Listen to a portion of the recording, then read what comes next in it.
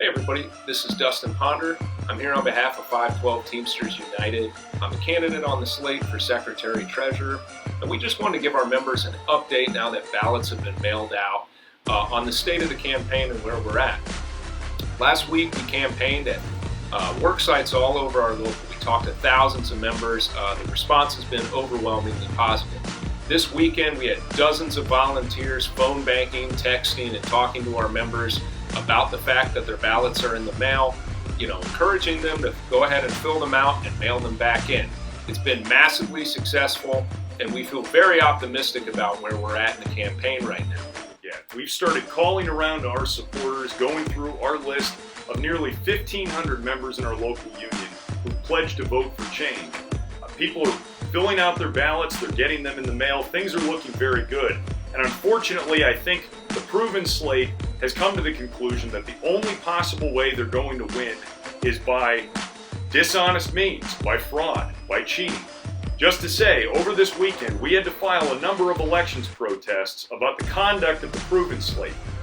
There's a third-party agency called the American Arbitration Association that's going to be handling all of the vote count. A lot of people have had questions. Is this actually a secret ballot? My name's on the return envelope. Yes, it is. It is going to a P.O. box that nobody in Jacksonville, not the local union, not Dustin and I, have access to. That P.O. box will not be checked until 3 representatives from the American Arbitration Association out of Philadelphia come down here on noon, December 1st, open it up, and then they are going to open up those ballots. That's why it's important to put your ballot in that secret ballot envelope. Because after those ballots are opened and it's verified that you're a union member, then your secret ballot envelope will be opened after it's been mixed up, and then the vote count will begin. I'm not worried about the vote. What I'm worried about is ballot stuffing. I'm worried about voter intimidation. And we're going to talk about 2 of the things that have happened recently with the Proven Slate. One is that we've heard word of so-called voter parties happening. We heard out at the Durham School Services bus yard that one of the Proven Slate stewards out there is trying to organize on Monday, November 16th and Tuesday, November 17th, right after the morning bus shift. They are telling people on a flyer, bring your ballots into work, bring a pen, and go see your shop steward, Valencia, at the 9A bus terminal.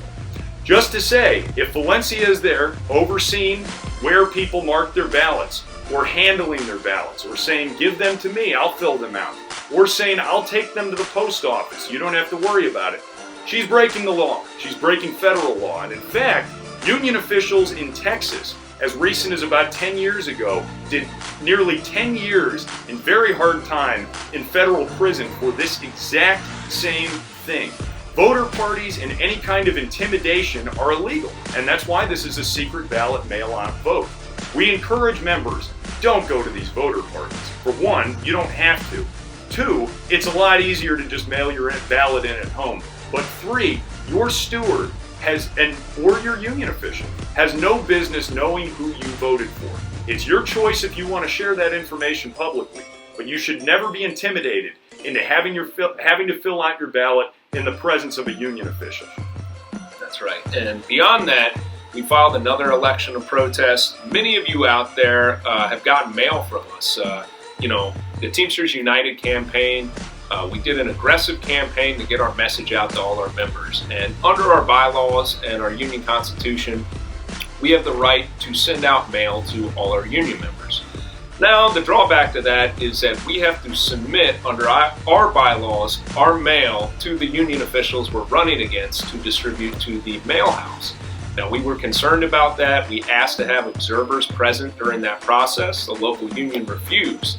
And now we have major concerns that some of that mail never reached our members, even though, legally they were obligated to process that.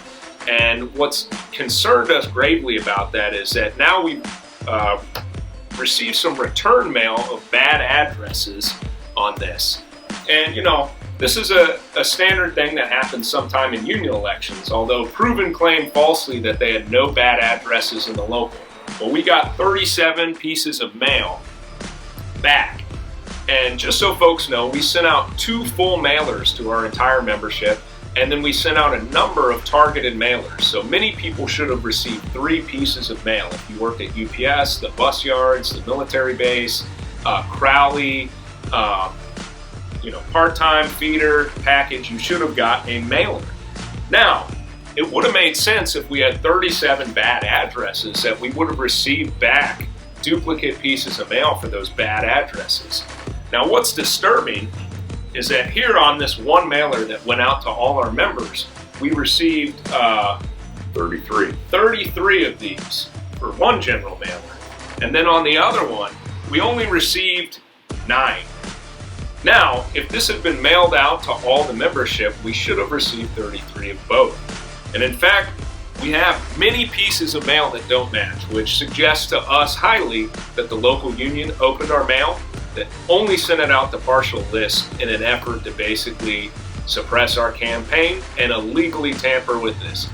So we are filing election charges and bringing legal charges against the local union. So if you're watching this, if you're outraged by the conduct, the voter intimidation, efforts to stuff ballots, refusal to update the membership list to try and suppress the vote of part-timers and bus workers, it's not too late at all. We're in the lead. If you are watching this, check your mailbox, open it up, fill your ballot out, and put it back in the mail.